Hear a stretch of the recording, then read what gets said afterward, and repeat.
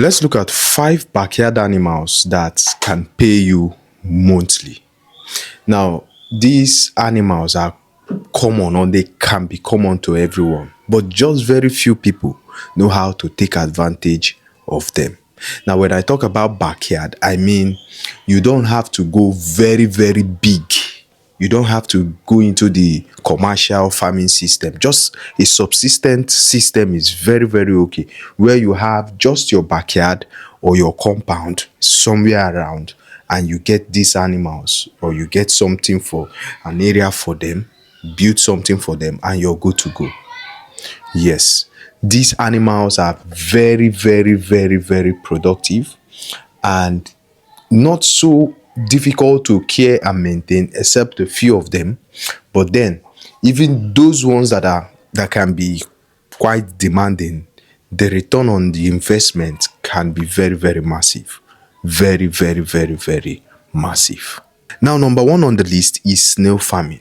I know snail, to many people, especially in Nigeria or West Africa or Africa as a whole, snails can be very common and very popular. But very few people are actually making money off the system. So what do you do? Maybe you can have a place around your compound, a very small place where you get breeding pairs, good snails, and you put there. You start taking good care of them, make the environment very, very conducive for them. It should be loamy. There should be loamy soil there. You have some of your plants there. Preferably, I would say you have some banana or plantain stuffs around there to make the place very, very conducive for them. Then you start feeding. And the good thing about snail farming is that they can eat organic food. They can eat what you eat. So you can feed them with watermelon. Your watermelon remains, your pawpaw remains, and so on. And they are good with that.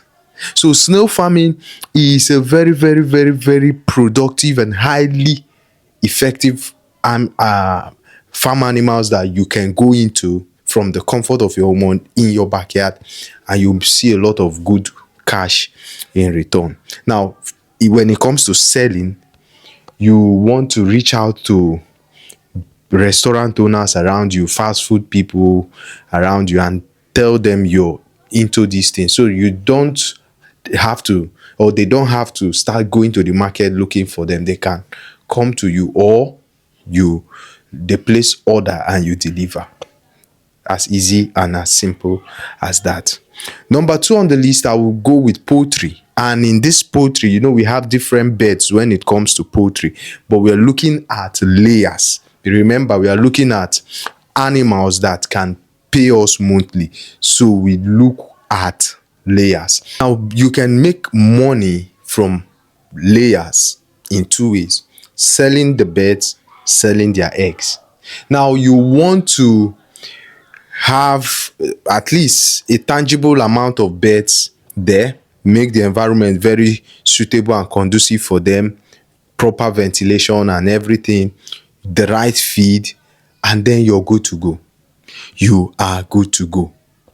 Now, the return on investment will depend on how many beds and how careful you are with those beds.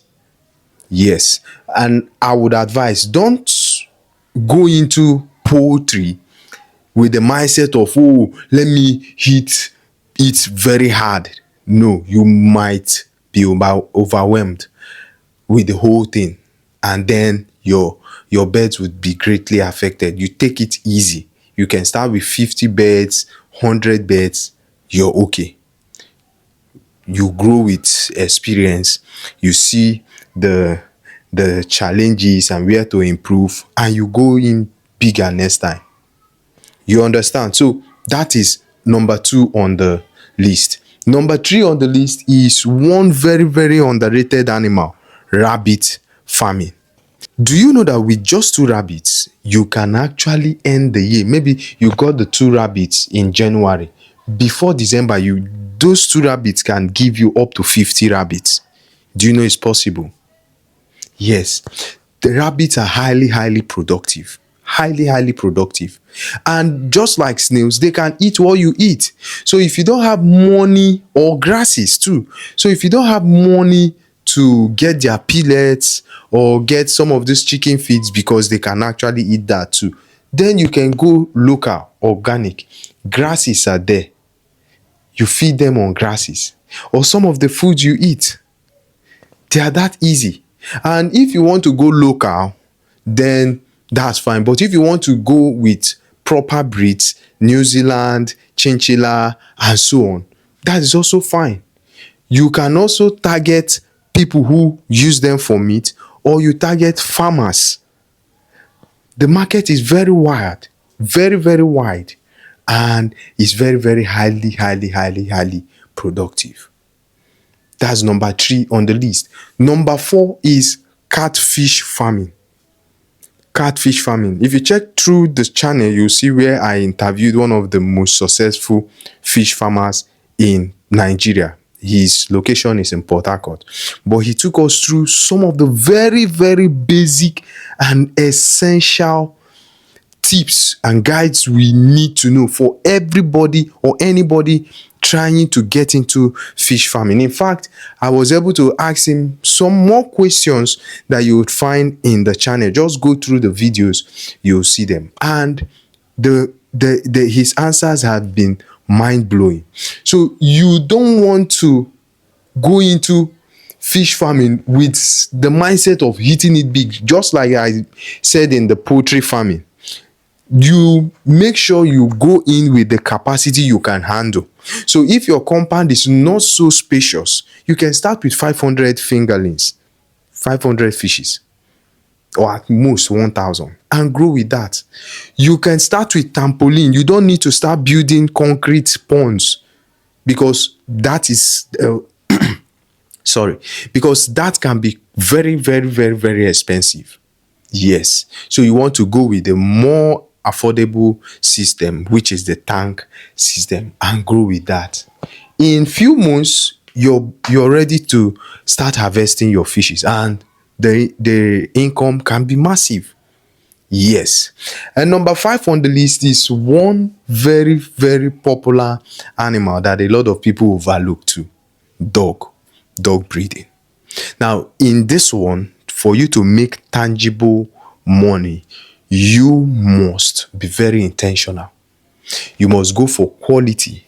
Your breeding stock should be quality. Don't just go to these guys who sell around in any of these junctions, and you get something and you feel you can make tens of or millions from them. No, you have to go for purebred dogs, pedigree dogs, dogs with verifiable details. Yes, don't be fooled by the pictures or the hyping from the breeders and everything. No, go for quality. Now, if everything goes out fine, let's say you spend, let's say 2 million in acquiring and maintaining or taking care of two, that 2 million or 2.5 million or 3 million you invested in buying, feeding, care and everything, you can make up to 8 million or 10 million.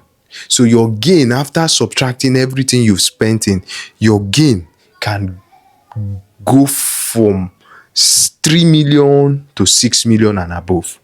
Yes, if everything goes or works out fine.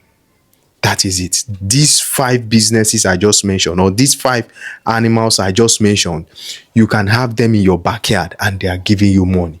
Some of them you just need 2 to start. Some of them you need very few to start. Some you need a pack, maybe 50, maybe 100 and so on. For the 50, I'm talking about 50, 100, I'm talking about the beds. But for the 500 and so on, I'm talking about the fishes. But every other one, rabbit can be 2, 3, 4. You've gotten yourself something nice, quality that you can grow with. For the dogs, 2 is okay. You can even start with 1. If you have a male, you can use your male to do stud services, and in a month you're mating about 5 to 6 females, and that's a lot of money. You can make up to 1 million naira or above. just using your meals. Yes. So these five animals are worth considering. If you can handle the pressure, if you can handle what it takes to maintain one and take care of one, then you can look out for them. I hope this video was helpful to someone out there. If you found it helpful, do well to hit the like button. If you have questions for me, feel free to make use of the comment section.